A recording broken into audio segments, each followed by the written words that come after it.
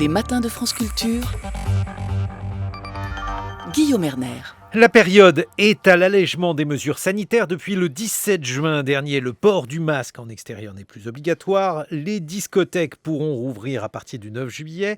Ces décisions sont prises au vu d'une situation épidémique qui s'est notablement améliorée. Les nouveaux cas sont beaucoup moins nombreux, tout comme les décès. Pourtant, les médecins restent sur leur garde et pour cause, malgré une couverture vaccinale importante, la Grande-Bretagne a décidé de repousser d'1 mois la levée des dernières restrictions qui pèsent sur la vie sociale. La faute au variant indien plus contagieux, le variant Delta. Il pèse aussi sur l'Afrique centrale où il entraîne une 3e vague régionale. En France, depuis le mois de juin, de petits foyers ont été détectés. Pour faire le point, nous sommes en duplex avec Bruno Lina. Bonjour. Bonjour. Vous êtes virologue, membre du conseil scientifique, directeur du Centre national de référence des virus, des infections respiratoires du laboratoire VIRPAT et directeur du laboratoire de virologie des hospices civils de Lyon. Et puis ici en studio, Renaud Piarou, bonjour. Bonjour. Vous êtes professeur à la faculté de médecine de Sorbonne Université et chef de service à l'hôpital de la Pitié-Salpêtrière. J'ai face à moi, le Parisien du jour qui explique comment le variant Delta s'enracine. C'est ce variant que l'on dit aussi indien. Et on voit les pourcentages qui sont assez frappants. Il y a par exemple 98% de variants Delta au Royaume-Uni. Et nous n'en sommes qu'à 6,9% en France. Mais comment les choses pourraient-elles rester en l'état, Renaud Piarou ? Je ne pense pas qu'elles vont rester en l'état, si c'est ça la question.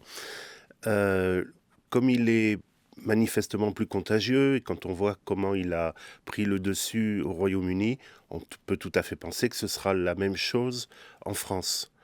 La question est, est-ce que ça se fera avec un bas niveau de transmission, parce que en même temps, la vaccination continue, l'immunité s'améliore, enfin on reviendra là-dessus, ou est-ce qu'on va avoir, comme au Royaume-Uni, finalement, une remontée du nombre de cas liés au fait que ce variant est plus transmissible ? Parce qu'il y a beaucoup de décisions qui sont prises. Donc, on l'a cité au Royaume-Uni avec un déconfinement qui est repoussé d'1 mois. Au Portugal, les habitants de Lisbonne ont interdiction d'entrer et de sortir de la capitale, sauf impératif du fait donc de ce variant. Est-ce que vous pensez, Renaud Piarou, qu'on a raison ou tort d'être relativement confiant et de reprendre une vie normale ? Je crois qu'il faut continuer à être prudent, qu'il faut y aller peut-être un petit peu plus progressivement. En même temps, la courbe de l'épidémie est plutôt rassurante pour l'instant. Et on a bien compris qu'il y a un besoin de tout le monde de respirer un peu. Oui, ça, on l'a bien compris, effectivement. Il faut jouer entre les deux et essayer de trouver la bonne voie. Bruno Lina, votre point de vue, vous qui êtes virologue, on voit donc que ce variant Delta s'est très largement enraciné en Europe, 96% au Portugal. On voit mal évidemment comment la France pourrait être une île dans ce contexte-là. Oui, vous avez parfaitement raison. En fait, c'est un problème qui est non seulement européen, mais mondial. Il faut bien comprendre que la dynamique de ces variants, quand ils ont ce potentiel de transmission, elle est inexorable et elle est pour toute la planète. Et en pratique, on a des mauvaises nouvelles et des bonnes nouvelles. Alors, les mauvaises nouvelles, c'est ce que vous racontiez, l'implantation progressive, et on peut considérer aujourd'hui que dans le sud de la France, dans le département des Landes, pour être plus précis, ce virus représente aujourd'hui la majorité des virus responsables des infections. Donc, ce qui est décrit en Grande-Bretagne et ce qui est décrit au Portugal est en train d'arriver en France. Donc, inexorablement, ce virus va devenir le virus majoritaire. Et la vraie question est de savoir pas tellement combien de temps ça prendra, mais quelle va être la dynamique épidémique. C'est-à-dire, est-ce que ça va être accompagné d'une baisse du nombre de cas, parce que c'est aussi, on a des atouts et je vais y venir, ou est-ce que ça va être associé à une reprise épidémique ? Or, actuellement, dans le cadre de cette épidémie, on a quand même une bonne nouvelle, c'est que les vaccinés sont protégés. Et donc, je dirais que dans la perspective à relativement court terme, les vaccinés sont relativement sereins Ceux qui ne le sont pas risquent d'être infectés par ce virus. Alors là, il faut être très clair à cet égard, Bruno Lina. On a par exemple les courbes au Royaume-Uni. On voit très clairement que les personnes contaminées par le variant Delta sont des personnes qui n'ont pas du tout été vaccinées. Exactement. Alors, oui, elles sont, pour la majorité d'entre elles, c'était effectivement des personnes non vaccinées. Et la reprise de l'épidémie en Grande-Bretagne est liée à la circulation de ce virus chez les non vaccinés ou chez aussi les partiellement vaccinés. Quand on n'a reçu qu'une seule dose de vaccin, on n'est pas complètement protégé. On ne fait pas de forme grave parce qu'on a une certaine protection vis-à-vis des formes graves. Et c'est vrai avec ce variant Delta aussi, mais on ne joue pas le rôle de frein de diffusion du virus que joue le rôle de celui qui est complètement vacciné. Ce qui veut dire que lorsqu'on a 2 doses de vaccin et lorsque la deuxième dose a été administrée il y a plus de 15 jours, on n'est pas du tout contaminé, on est contaminé mais on n'est pas contaminant. Comment ça se passe, Bruno Lina? Les informations qu'on a disent que ce virus est parfaitement bien contrôlé par la vaccination. Mais quand on dit ça, il y a quelques échecs vaccinaux, on est bien d'accord. Bien Ce sûr. n'est pas une vaccination efficace à 100%. Toutefois, le niveau de protection obtenu par le vaccin permet d'éviter de faire des formes graves et d'être hospitalisé de façon extrêmement significative. Ça, c'est la première chose. Et la deuxième chose, c'est que dans les chaînes de transmission, on a pu montrer que cette vaccination permettait de casser les chaînes de transmission pour toute une série de virus. On n'a pas l'information robuste encore pour ce variant Delta, mais il est probable que ce sera sensiblement la même chose parce que ce virus n'échappe pas à la capacité des anticorps induits par le vaccin à bloquer l'infection. Donc normalement, les vaccinés ne devraient pas aider à la propagation du virus, à la différence de ceux qui ne sont pas vaccinés. Renaud Piarou. En fait, on a une sorte d'équilibre de force qui, pour l'instant, joue en défaveur du virus. Il y a les personnes effectivement vaccinées, il y a les personnes immunisées par la maladie, donc il y a une immunité qui n'est pas à 100%, on est très très loin encore, mais il y a une immunité collective, on va dire partielle. À ça s'ajoutent les mesures barrières et s'ajoute le contact tracking. L'ensemble fait que actuellement la diffusion du virus est contrariée et qu'un cas en provoque moins d'un. Alors, Avec le temps, les choses peuvent évoluer. D'abord, la vaccination peut progresser, c'est le facteur positif, mais on sent que ça commence à marquer le pas. Par contre, l'arrivée de ce variant, puisque là, il est, à part dans quelques départements, à part dans les Landes, il est minoritaire un peu partout.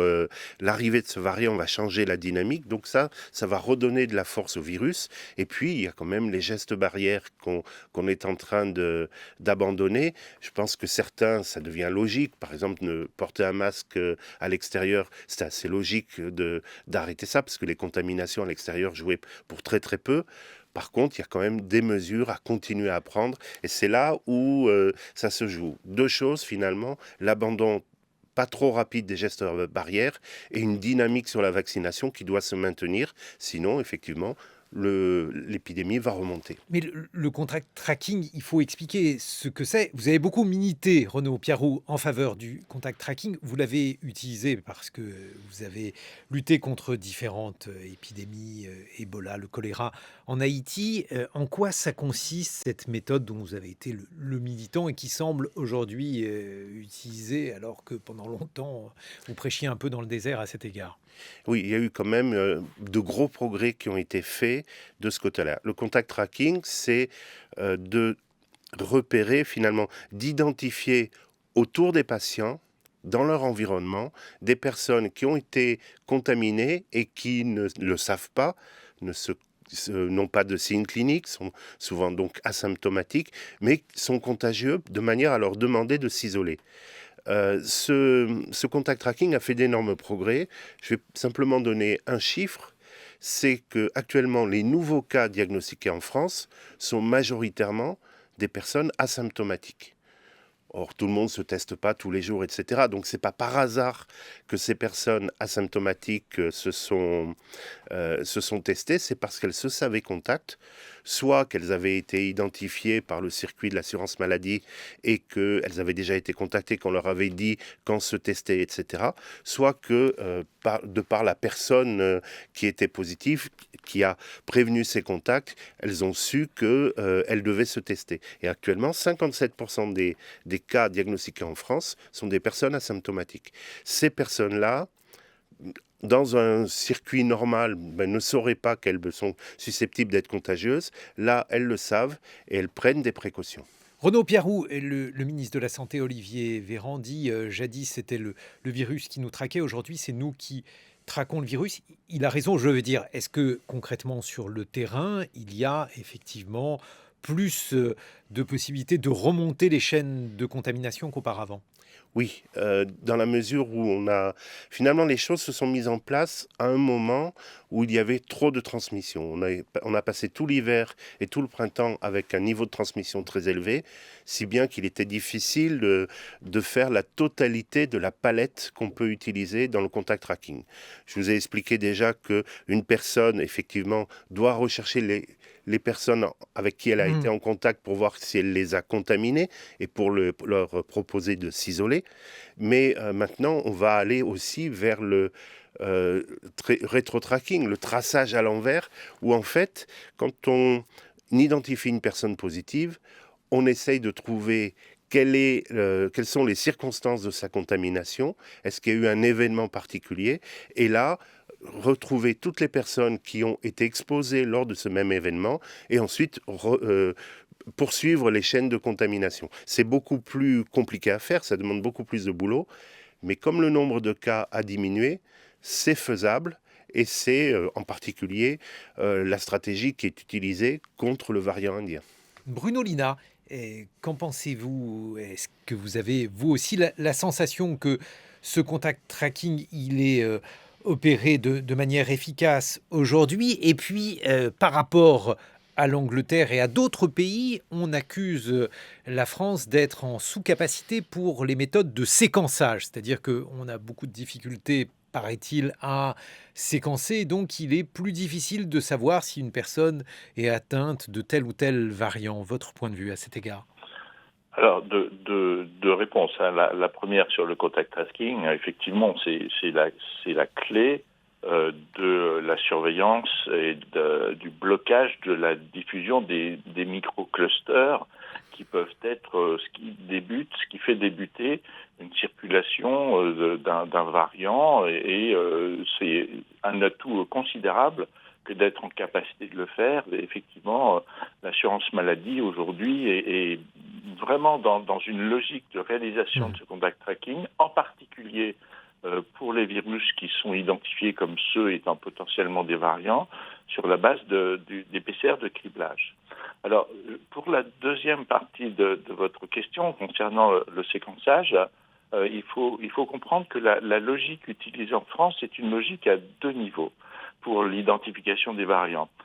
Une identification très rapide par le biais d'une PCR de criblage qui se fait le jour même de la détection, qui, par PCR, permet de dire « attention, ce virus présente une caractéristique qui fait qu'il est probablement un des variants qu'il faut qu'on surveille de plus près ». Ce qui permet justement à l'assurance maladie d'avoir un signal extrêmement rapide pour faire l'ensemble de la logique du contact tracking. Et associé à cette détection, il est nécessaire de faire le séquençage des virus. Actuellement, alors tout le monde dit qu'effectivement on est en retard par rapport à la Grande-Bretagne. La France est le 5e pays européen en termes de capacité de séquence et de volume de séquençage réalisé.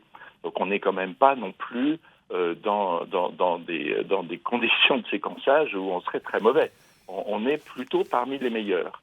Mais ce qu'il y a, c'est qu'on a une partie seulement des virus qui sont séquencés, à la différence de ce que fait la Grande-Bretagne qui, depuis le début de l'épidémie, a pris le parti de séquencer l'ensemble des virus. Ce séquençage, c'est une information que l'on a en général 1 semaine à 10 jours après le cas. Donc on ne peut pas appuyer le contact tracking justement sur le séquençage. Et ce séquençage nous permet d'avoir une vision, une panorama de l'ensemble des différents lignages de virus qui circulent en France. Et par exemple, aujourd'hui, il y a une nouvelle enquête flash qui se fait où l'ensemble des virus qui sont détectés chez tous les patients français vont être séquencés. Et la capacité de séquençage aujourd'hui en France a été estimée à un peu plus de 10 000 séquences par semaine, ce qui permettra sans difficulté de séquencer tous les virus d'aujourd'hui à partir du moment où ces virus arrivent bien dans les laboratoires où le séquençage doit être fait. Donc on n'est pas en retard sur le séquençage. Le séquençage nous permet de fournir l'information suffisamment précise pour avoir une vision des différents lignages qui circulent en France. Et ce séquençage est très complémentaire en termes de gestion d'épidémie de ce que la PCR de criblage fait immédiatement après qu'un cas ait été identifié pour qu'on puisse trouver et traquer les virus variants très très rapidement. Renaud Piarou. Oui, il y a juste un point qui mérite d'être soulevé, c'est que pour faire du séquençage, il faut démarrer par une PCR. C'est-à-dire que s'il n'y a pas eu de prélèvement pour PCR, si la personne a fait simplement un test antigénique, on ne peut pas faire de séquençage, et encore moins si c'est un autotest. Encore moins dans la mesure où on n'est même pas au courant quand c'est un autotest et on ne peut même pas dire vous avez fait un test antigénique, maintenant il faut faire une PCR. Donc c'est juste pour dire que un suivi vraiment rigoureux des nouveaux virus et des variants nécessite que les patients passent par des PCR. Bruno Lina, lorsque l'on évoque les variants, il ne faut pas avoir l'impression qu'on a affaire à des formes figées, c'est-à-dire que lorsqu'on fait du séquençage, on ne séquence pas la totalité du virus. Est-ce que ça veut dire que à l'intérieur de ce variant Delta, il n'y a pas d'autres variations et finalement, est-ce qu'on n'a pas affaire à une mosaïque aujourd'hui de virus ? Ah si, tout à fait. C'est-à-dire que justement, du fait de la surveillance qui est faite en France et qui est faite dans d'autres pays, on sait aujourd'hui qu'il y a en fait une quinzaine de lignages de virus différents qui circulent en France. Il y a les virus alpha, bêta, gamma, delta, et puis il y en a d'autres qui ne portent pas de nom de lettre grecque, mais qui sont des virus qui présentent des subtilités génétiques qui permettent de les classer en variants. Et je dirais même que parmi les variants Delta, il y a au moins 3 groupes de virus qui présentent des caractéristiques génétiques un tout petit peu différentes. Alors, ça ne change rien par rapport au fait qu'il s'agit bien de variants Delta, mais cela montre que ces virus, ils sont notamment dans les périodes épidémiques encore en capacité d'évoluer et de changer un petit peu, avec de temps en temps des phénomènes de pause, parce que quand vous avez le variant alpha ou les variants qui portent ces lettres grecques qui diffusent, c'est qu'ils ont une capacité d'écraser un petit peu les autres virus du fait de capacités de diffusion augmentées. Et donc, c'est pour ça qu'on les appelle les variants préoccupants, parce que c'est ceux qui peuvent être soit à l'origine, soit permettant l'entretien d'une épidémie en cours. Et c'est ceux qu'il faut cibler plus particulièrement. On va voir comment on peut lutter contre ces différents variants et puis qu'est-ce que l'on peut imaginer pour l'été, pour septembre. Avec vous, Bruno Lina, je rappelle que vous êtes virologue et vous, Renaud Piarou, professeur à la faculté de médecine de Sorbonne Université. 8h sur France Culture, excellent réveil à tous. 7h, 9h, les matins de France Culture. Guillaume Erner. Plus de masques dehors ou presque, des concerts qui reprennent et des boîtes de nuit qui rouvrent ces derniers jours. C'est le grand soulagement, le moment tant attendu et une menace, un mot qui pourrait peut-être gâcher la fête. Delta, le nom du variant qu'on appelle aussi variant indien, peut-on et comment concilier une levée progressive des mesures de restriction et en même temps surveiller la circulation d'un variant particulièrement contagieux du Covid-19. Pour en parler, nous sommes en compagnie de Renaud Piarou, professeur à la faculté de médecine de Sorbonne Université, et du virologue Bruno Lina. Bruno Lina, on voit aujourd'hui le nombre de cas en Europe un peu partout chuter. Est-ce lié au vaccin ou bien est-ce lié à un phénomène qu'on a vu l'an dernier durant l'été alors qu'il n'y avait pas de vaccin? Et il y a par exemple des courbes qui font songer à cela. Par exemple, la courbe en Bulgarie où on voit qu'il y a une diminution du nombre de cas alors même que le pays a peu vacciné. Que faut-il en penser? Alors, je ne suis pas sûr que je suis en capacité de vous expliquer par A plus B exactement pourquoi la courbe descend à cette vitesse et puis qu'est-ce qui est responsable de tout cela, parce que c'est très certainement multifactoriel.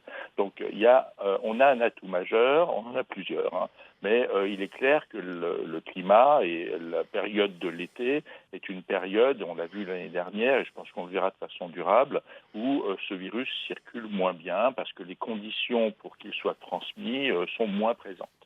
Ça, c'est une première chose. La deuxième chose, dans un certain nombre de pays européens, le niveau de la vaccination participe aussi très clairement au freinage de la circulation du virus. Je vous expliquais tout à l'heure que les personnes vaccinées ne sont plus transmetteurs.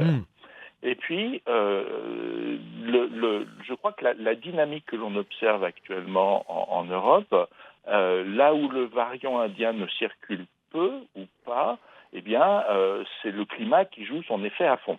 Et donc, c'est normal qu'on ait une décroissance dans l'ensemble des pays d'Europe de la circulation du virus, tout simplement du fait de l'été. En revanche, et c'est l'été aussi en Grande-Bretagne et au Portugal, lorsque l'on a un variant qui présente un potentiel de transmission aussi important que celui que présente le variant Delta, l'été n'est plus suffisant pour arrêter la circulation du virus. C'est-à-dire que ça freine le virus, mais ça ne le freine pas suffisamment parce qu'on a tenté de faire un calcul pour savoir quel était le R0. Alors vous savez, le R0, c'est le nombre moyen de cas secondaires à partir d'un cas index. C'est-à-dire que si vous avez une personne infectée, combien de personnes non immunisées elle infecte autour d'elle? Eh bien, sur le virus initial, c'était 3. Et on estime aujourd'hui que pour le variant Delta, ce R0 est quelque part entre 5 et 8. Donc ça veut dire que dans une population non immunisée, une personne malade va en infecter en moyenne entre 5 et 8.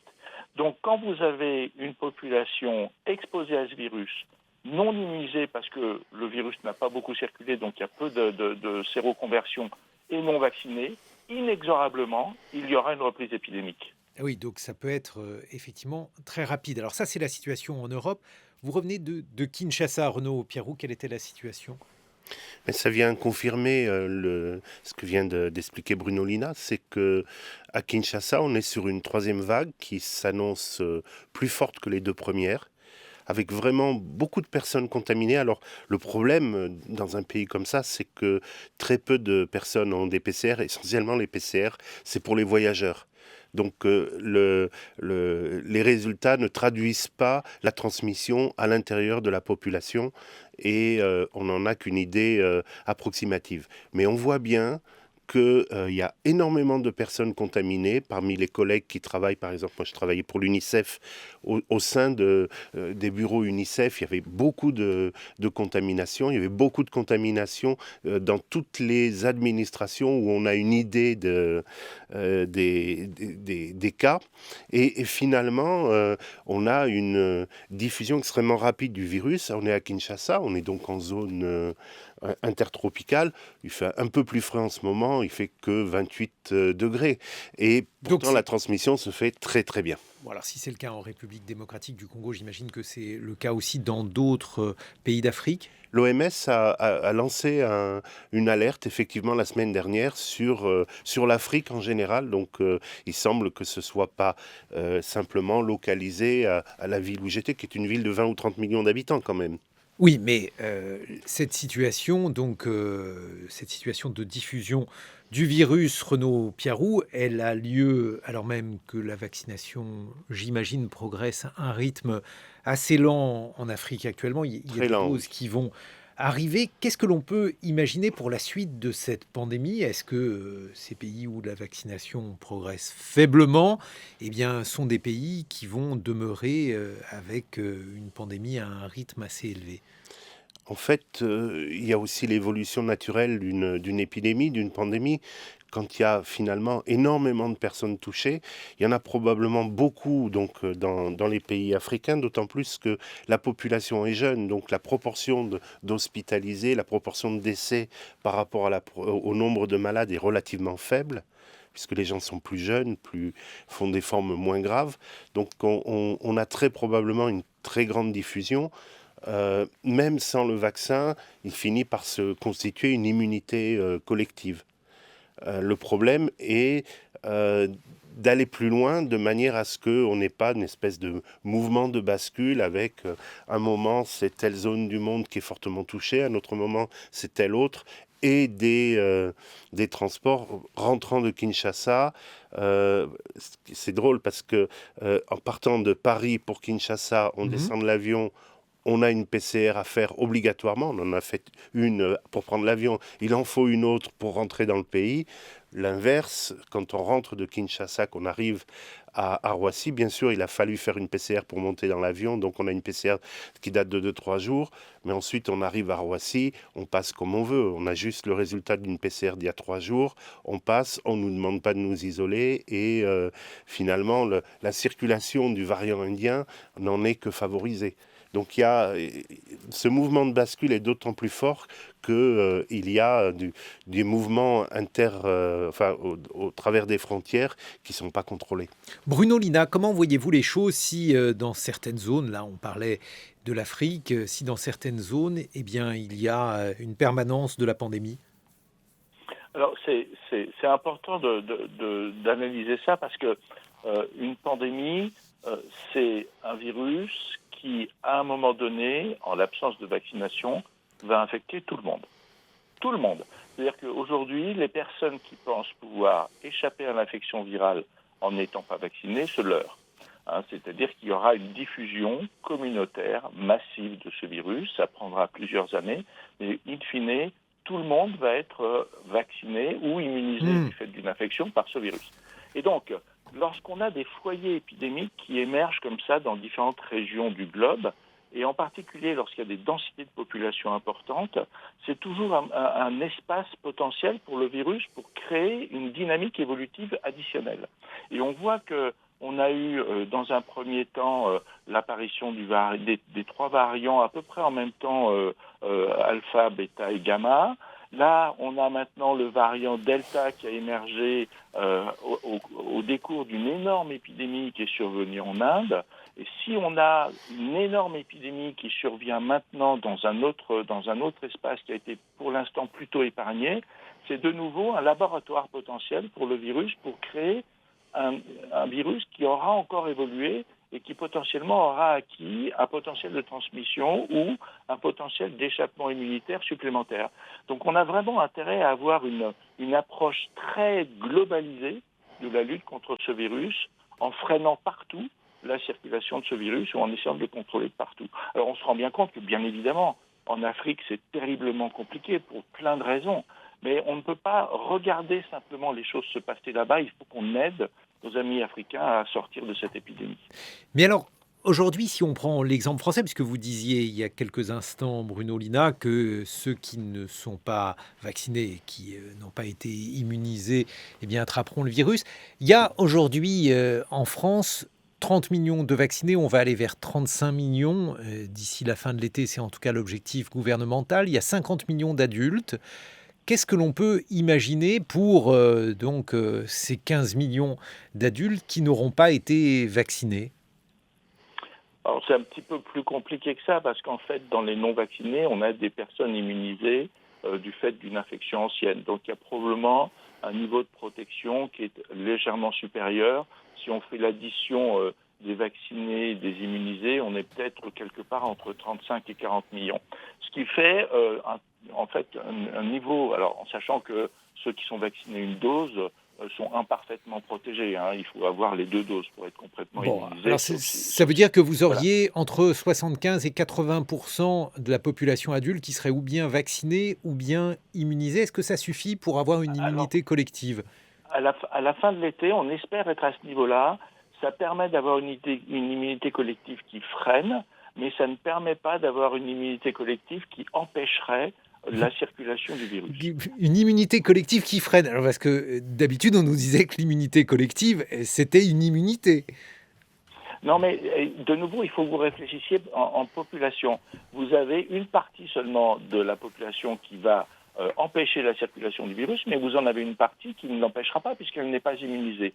Donc c'est dans cette population-là que le virus va continuer à circuler.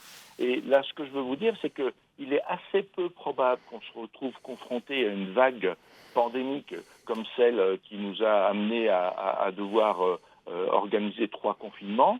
Mais il est parfaitement possible qu'on ait quand même une circulation épidémique du virus significative avec un impact sur les hôpitaux lorsqu'il va y avoir la fin de l'immunisation de ceux qui n'ont pas été vaccinés et pas encore infectés. Renaud Piarou, vous en pensez quoi ? Effectivement, le virus est devenu beaucoup plus contagieux. En un an, il est passé d'un taux de reproduction à 3 à un taux de reproduction entre 5 et 8 et en 2 étapes, avec le variant anglais qui était déjà 50%, 60% plus contagieux, puis à nouveau ce variant Delta, puisqu'il faut l'appeler comme ça. On pouvait espérer une immunité collective, c'est-à-dire un blocage de la transmission. Au début, si avec un taux de reproduction à 3, on pouvait l'espérer avec 70% de personnes vaccinées, on pouvait vraiment penser que ça arriverait. Maintenant, il faudrait dépasser les 80-90% pour obtenir ce résultat. Manifestement, on ne va pas y arriver. Je pense qu'il y a à la fois quelque chose de pas très compréhensible de la part de personnes, y compris de personnes vulnérables qui refusent de se faire vacciner. Il y a eu un problème de communication parce que c'est leur intérêt de se faire vacciner. Et puis, il y a peut-être un manque de courage de nos autorités politiques en ne faisant pas la vaccination obligatoire pour un certain nombre de personnel, par exemple le personnel soignant, qui pourrait mettre en danger la vie de personnes âgées simplement en n'étant pas vaccinés et en étant porteurs du virus et en transmettant ce virus. On est dans cette situation, je le déplore. Je pense qu'un peu plus de courage et on arriverait à un taux de vaccination suffisant. On n'a pas ce courage, tant pis. Alors, ce qui va se passer, c'est qu'on va se retrouver toujours dans cet équilibre dont j'ai parlé. C'est-à-dire qu'avec la vaccination, l'immunité liée à la vaccination et à la maladie, il y a les gestes barrières, il y a le contact tracking.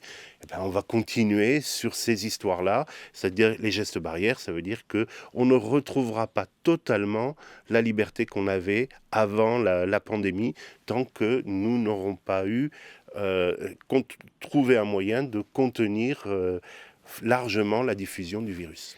Ce qui voudrait dire, Bruno Lina, que la rentrée ne sera pas une rentrée ordinaire, dès lors qu'il y aura, donc, disons, 35 millions de vaccinés, alors même qu'il ne sera, j'imagine, plus possible de prendre des mesures de confinement, quel que soit le mode de confinement, avec 35 millions de personnes confinées, qui sera compliqué donc de maintenir à domicile, même à temps partiel, n'est-ce pas ? Ça va être. Alors, c'est difficile de se projeter parce que la situation est tellement évolutive qu'on a besoin de prendre un tout petit peu de temps. Mais si le rythme de vaccination tel que l'on a actuellement se maintient et qu'au sortir de l'été, on se retrouve avec un niveau de vaccination, vaccin de dose aux alentours de 65-70%, on sera dans une situation beaucoup plus confortable que celle dans laquelle on est aujourd'hui, puisqu'on est en gros à mi-chemin à peu près de cela. On a un peu plus de 55% des vaccinés une dose et de l'ordre de 30%, un peu moins de vaccinés 2 doses. L'ensemble de ces personnes vaccinées vont jouer le rôle de barrière à la diffusion du virus. Donc, de fait, le risque de reprise épidémique, il restera réel, mais la taille de l'épidémie qui est directement liée au nombre de personnes non immunisées sera beaucoup moins importante. Et donc, de fait, notre vie à tous sera beaucoup plus facile. Et c'est vraiment... plus on aura de vaccinés, plus la rentrée sera gérée facilement, mais il ne faut pas croire une seule seconde que l'histoire de ce virus est derrière nous. hein. Je pense très sincèrement... C'est pour ça que je vous que demandais, ouais, pardonnez-moi, je vous coupe Bruno Lina, c'est pour ça que je vous demandais ce qui était devant nous, puisque vous dites qu'il ne faut pas envisager que l'histoire de ce virus soit derrière nous. ce qui est devant nous, c'est la gestion de la rentrée scolaire et du début de l'automne, où on va se retrouver dans une situation épidémiologique similaire pour certains aspects à ce qui s'est passé lors de l'automne dernier. Rappelez-vous, le virus a remonté en termes d'incidence à partir du mois de septembre et il a été nécessaire d'avoir des mesures fortes à la fin du mois d'octobre. Eh bien, essayons d'éviter qu'il se reproduise la même chose. Et le meilleur atout que l'on a actuellement, c'est la vaccination. Renaud Piarou. Un autre enjeu, on sort du sanitaire, mais plus l'enjeu économique, l'enjeu des échanges. Un certain nombre de pays, quand même, déjà avaient réussi jusqu'ici à maîtriser la circulation du virus, évidemment la Chine, mais aussi l'Australie, la Nouvelle-Zélande, à un moindre degré, parce qu'il y a quand même une circulation à minima au Japon, en Asie en général. Ces pays-là ont la possibilité encore de se retrouver avec zéro circulation de virus, d'autant plus qu'eux aussi vaccinent et donc facilitent finalement le contrôle de cette circulation. Le risque serait qu'un certain nombre de pays se retrouvent dans une bulle sans virus et limitent les échanges avec les autres pays et que nous soyons du mauvais côté. Alors on est en ce moment dans des conditions qui sont plutôt favorables et on arrive à faire diminuer la transmission. Il ne faut pas s'en tenir là. Il ne faut pas se contenter de ça. Il ne faut pas rester là en se disant « bon, ça va, on va passer l'été, l'automne, on verra bien ce qui se passera, etc. » Alors, ce n'est pas du tout que la France, c'est l'Europe en général, c'est l'appui à l'Afrique, à la vaccination, etc. Mais on ne peut pas aller durablement vers un monde où il y aurait une partie du monde non négligeable sans le virus et une autre partie avec cette circulation, même moins intense, mais tout aussi à risque pour une personne de 60-70 ans qui viendrait voyager en Europe et qui risquerait de faire une forme grave, parce que les formes graves n'ont pas disparu. Elles sont moins nombreuses parce que les gens sont immunisés, mais pour des personnes non immunisées voyageant, là, il y a un risque important. Alors, il y a quand même quelque chose dont on n'a pas parlé jusqu'ici, Bruno Lina. On a beaucoup parlé des vaccins. Les antiviraux, où en sommes-nous ? Les antiviraux, écoutez, en termes de molécules antivirales stricto sensu, je ne parle pas des anticorps monoclonaux, mais d'une drogue, d'un médicament qui permettrait de lutter contre le virus. Les différents essais qui ont été faits n'ont pas pour l'instant identifié une molécule qui soit vraiment ce qu'on appelle une molécule qui changerait le jeu, parce qu'on n'a pas de produit qui soit à la fois antiviral démontré dans le tube à essai et permettant de réduire la durée de la maladie et éventuellement les formes graves et les décès. Donc la recherche est toujours en cours, mais ça ne veut pas dire qu'on soit démunis parce que, et M. Piarou sera plus à même de raconter ça que moi, parce que moi je suis qu'un homme de laboratoire, mais on a aujourd'hui la gestion d'un certain nombre d'infections qui se fait mieux tout simplement avec les techniques réanimatoires, on a moins de mortalité avec la façon de prendre en charge les patients, et puis pour un certain nombre de formes, les anticorps monoclonaux semblent montrer une certaine efficacité. Et ce qui veut dire qu'on n'est pas complètement démunis, mais on n'a pas tout l'arsenal antiviral qu'on aimerait avoir. Il n'y a pas aujourd'hui de molécule antivirale qui soit vraiment efficace. Alors les anticorps monoclonaux, Renaud Piarou, qu'on ne peut tout de même pas utiliser comme s'il s'agissait d'un traitement anodin. Oui, c'est compliqué finalement. Le bénéfice, quand on en associe plusieurs, semble intéressant. En mettre un seul à la fois nous expose au risque d'émergence à nouveau de souches résistantes. Globalement, effectivement, c'est comme Bruno Lina l'a indiqué, on a fait des progrès dans la prise en charge des cas, dans l'utilisation de l'oxygène, dans la corticothérapie, dans les traitements anticoagulants. Mais on ne dispose pas vraiment de cette molécule dont on aurait besoin. d'autres essais pourront être faits. L'intérêt d'une molécule qui soit réellement efficace contre la diffusion et contre les formes précoces de la maladie, là où le virus se multiplie, serait que non seulement de pouvoir effectivement traiter précocement, mais donnerait une force à toutes les actions qui sont centrées autour du patient quand on veut, par exemple, protéger les sujets contacts. Ça nous manque cruellement. Si on avait ça, on ferait des progrès énormes dans la lutte contre la diffusion. Mais est-ce que ça veut dire qu'un antiviral contre cette maladie, Bruno Lina, est sinon inaccessible, du moins compliqué à trouver? On pense par exemple au Tamiflu qui avait été largement invoqué contre la grippe aviaire, je crois, et qui avait été aussi largement critiqué. Est-ce que ça veut dire que c'est vraiment quelque chose qu'on a du mal à trouver? Oui, c'est difficile, hein, parce qu'en fait, la Covid, comme la grippe, sont des infections qui sont finalement des infections aiguës de courte durée. Et ce que l'on voudrait avoir, c'est une molécule qui permette de stériliser les patients, en quelque sorte, c'est-à-dire d'éviter qu'ils sécrètent du virus et qu'ils soient contagieux, et en même temps qui leur permette de guérir très vite. C'est un défi considérable, hein, pour une molécule d'être aussi efficace, à la fois sur le plan virologique et clinique. C'est difficile à développer.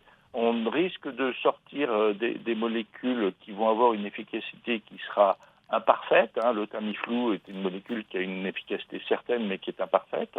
Et ce serait déjà un atout considérable. Mais avoir très objectivement une molécule qui nous permettrait de traiter cette maladie infectieuse en quelques minutes et d'éviter, d'être dans le tableau... D'éviter l'hospitalisation, puisqu'en fait, c'est ça. Oui. Pour être dans l'idée de la pénicilline et du pneumocoque, qui est vraiment le schéma idéal, où on sait qu'avec quelques administrations de pénicilline, on guérit complètement les patients très rapidement. Ça, pour l'instant, je ne le vois pas à court terme. Renaud Pierroux, ça veut dire que on ne coupera pas pour ceux qui ont déjà été vaccinés, à une 3e dose. Il va falloir envisager une vaccination contre les variants de variants, et ainsi de suite. Ça ne durera pas forcément éternellement, mais non, effectivement... Je vous remercie pour cette parole d'espoir. Non, mais c'est le ainsi de suite qui le sous-entendait. On a des vaccins là qui ont été conçus au moment avant l'arrivée du variant anglais. Ça tombe bien, il fonctionne bien contre le variant anglais, pas si mal que ça contre le sud-africain, contre le variant indien, l'alpha, bêta, gamma, delta. Voilà. Mais c'est vrai que d'abord l'immunité contre la vaccination ne sera pas éternelle. Il faudra de toute façon probablement faire au moins un rappel et puis peut-être cibler un peu mieux l'évolution du virus et donc profiter de ce rappel pour viser le variant dominant ou un cocktail de variants qui existera à ce moment-là.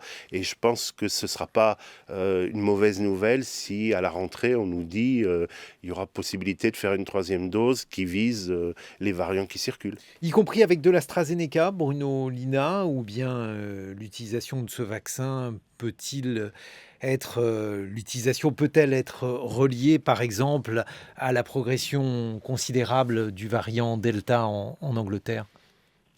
En pratique, on a vu ce vaccin a joué un rôle considérable et a été extrêmement important et reste un atout. Il n'en reste pas moins que les vaccins ARN messagers, en tout cas certains d'entre eux, présentent des efficacités qui sont supérieures. Et si on veut pouvoir avoir une actualisation de la vaccination avec une 3e dose qui serait faite avec un virus alternatif du virus vaccinal initial, il est très probable qu'on s'orienterait plus vers des vaccins ARN messagers que vers des vaccins adénovirus recombinants type AstraZeneca. Et vous qui êtes virologue, lorsque vous prenez le cycle de vie complet du virus, je ne sais pas si on peut appeler les choses ainsi, mais quand on prend les grandes épidémies, je pense bien entendu à la grippe espagnole, laquelle s'est éteinte sans médicaments et sans vaccin, on ne peut pas imaginer que quand même, au bout de 2 ans, on arrive au début de la fin, quoi qu'il arrive.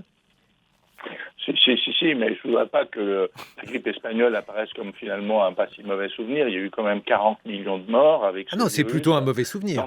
avec une population mondiale qui était le quart de ce qu'elle est aujourd'hui. Donc Oui. il y aurait en fait 4 fois plus de morts, ça ferait entre 160 et 200 millions de morts. Donc on n'en est pas là, heureusement, et les choses ont bien changé. Mais vous avez raison, en fait la dynamique épidémique, à un moment donné, elle va se calmer, ce virus va rentrer dans les rangs en quelque sorte, devenir probablement un virus saisonnier comme les autres. Le temps que ça prendra, c'est très difficile de vous le dire, parce que l'ensemble des mesures qui ont été prises ont en quelque sorte freiné le temps. Théoriquement, l'adaptation se fait en 2 ans. Et là, on a mis tellement d'actions de freinage que peut-être que ça rallonge un tout petit peu ce temps, mais on économise des vies en faisant ça. C'est super important. Et donc, ça prendra peut-être encore, je pense qu'il faut qu'on reparle de ça à la fin de l'hiver prochain. Un mot de conclusion, Renaud Piarou. Oui, il faut encore beaucoup de patience. C'est pas terminé. On voit ces vagues qui ont lieu. On sait qu'il y a une grande proportion de la population mondiale qui n'a toujours pas été touchée. Donc on n'est pas sur la fin de la transmission. Le vaccin risque quand même d'accélérer ça. Donc ça, c'est un point important.